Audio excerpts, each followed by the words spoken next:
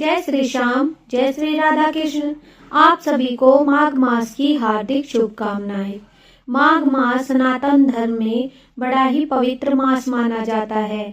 इस मास में हमें नित्य सुबह उठकर स्नान करना चाहिए और देवी देवताओं की पूजा करनी चाहिए। आज हम माघ मास का 20वां अध्याय श्रवण करेंगे।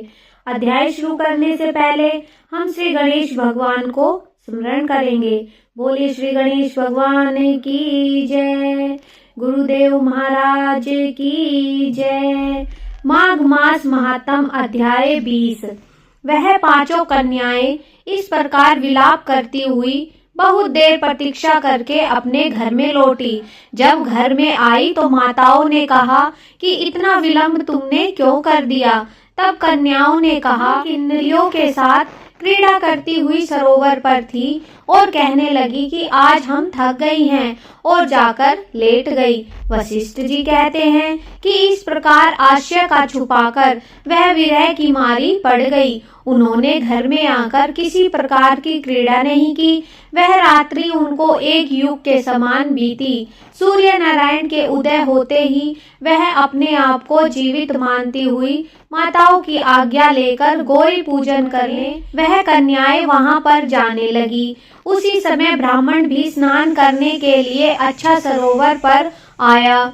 उसके आने पर कन्याओं ने वाह वाह किया, जैसे कमलिनी प्रातः कार्य सूर्योदय को देखकर कहती है। उनको देखकर उनके नेत्र खुल गए और उस ब्रह्मचारी के पास गई। आपस में एक दूसरी का हाथ पकड़कर चारों तरफ से उनको घेर लिया और कहने लगी कि मूर्ख, उस दिन तू भाग गया था, आज नहीं भाग सकता। हम लोगों ने तुमको घेर लिया है। ऐसे वचन सुनकर बाहुपाश में बंधे हुए ब्राह्मण ने मुस्कुराकर कहा, तुमने जो कुछ कहा सो ठीक ही है, परंतु मैं तो अभी विद्याभ्यासी और ब्रह्मचारी हूँ। गुरुकुल में मेरा विद्याभ्यास पूरा नहीं हुआ। पंडित को चाहिए कि जिस आश्रम में रहे उसके धर्म का पालन करे। इस आश्रम में मैं विवाह करना धर्म नहीं समझता। अपने व्रत का पालन करके और गुरु की आज्ञा पाकर ही विवाह कर सकता हूँ, पहले नहीं कर सकता। यह बात सुनकर वह कन्याएं इस प्रकार बोली जैसे वैशाख माह में कोयल बोलती है।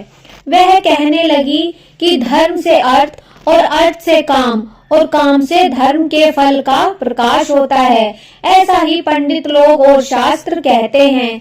हम काम सही धर्म की अधिकता से आपके पास आई हैं, सो आप पृथ्वी के सब भोगों को भोगिए। उस ब्राह्मण ने कहा कि तुम्हारा वचन सत्य है, किंतु मैं अपने व्रत को समाप्त करके ही विवाह कर सकता हूँ, पहले नहीं कर सकता। तब वे कन्याएं कहने लगी कि तुम मूर्ख हो। अनोखी औषधि, ब्रह्म बुद्धि, रसायन सिद्धि, अच्छे कुल की सुंदर नारियों तथा मंत्र जिस समय प्राप्त हो तभी ग्रहण कर लेना चाहिए।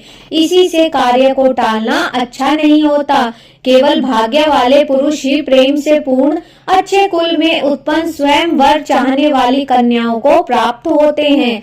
कहाँ हम अनोखी सुंदर नारियां, कहाँ आप तपस्वी बालक। बेमेल मेल मिलाने की विधाता की ही चतुराई है।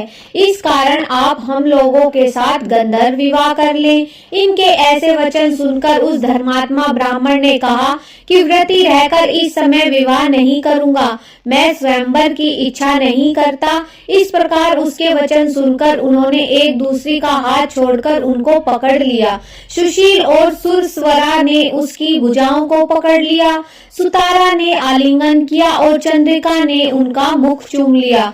परंतु फिर उसने क्रोधित होकर उनको श्राप दिया कि तुम डायन की तरह मुझसे चिपटी हो, इस कारण पिशाचिनी हो जाओ। ऐसे श्राप देने पर वह उसको छोड़कर अलग खड़ी हो गई। उन्होंने कहा कि हमने अपराधियों को वृथा क्यों श्राप दिया। यह करने वाले से बुराई करने वाले का सुख दोनों लोकों में नष्ट हो जाता है, इसलिए तुम भी हम लोगों के साथ पिशाच हो जाओ। तब वे आपस के क्रोध से उस सरोवर पर पिशाच पिशाचनी हो गए और बस पिशाच पिशाचनी कठिन शब्दों से चिल्लाते हुए वह कर्म कर्मों को भोगने लगे।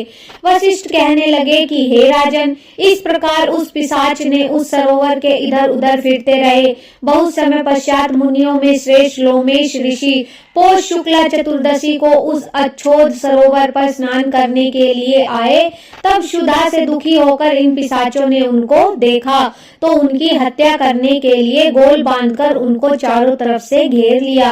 वेद निधि ब्राह्मण भी वहां पर आ गए और उन्होंने लोमेश ऋषि को साष्टांग प्रणाम किया। पिशाच ऋषि के तेज के सामने ठहर न सके और दूर जाकर खड़े हो गए। वेद निधि हाथ जोड़कर लोमेश ऋषि से कहने लगे कि भाग्य से ही ऋषियों के दर्शन होते हैं। फिर उन्होंने गंधर्व कन्या और अपने पुत्रों का परिचय देकर वह सब वृतांत सुनाया और कहा कि हे मुनीश्वर, यह सब ही श्राप मोहित होकर आपके सम्मुख खड़े हैं। आज इन बालकों का निस्तार होगा। जैसे सूर्योदय से अंधेरे का नाश हो जाता है, वैसे आज इनका भी उद्धार होगा। वशिष्ठ जी कहने लगे कि पुत्र के दुख से दुखी हुए वेद निधि ब्राह्मण के ऐसे वचन सुनकर लोमेश ऋषि ने नेत्रों में जल भर आया और वेद निधि से कहने लगे, मेरे प्रसाद से बालकों को शीघ्र स्मृति पैदा हो। मैं उनका धर्म कहता हूँ, जिससे इसका आपस में ज्ञान विलीन हो जाएगा। मास महात्म अध्याय 19 समाप्त। बोले श्री विष्णु भगवान की जय।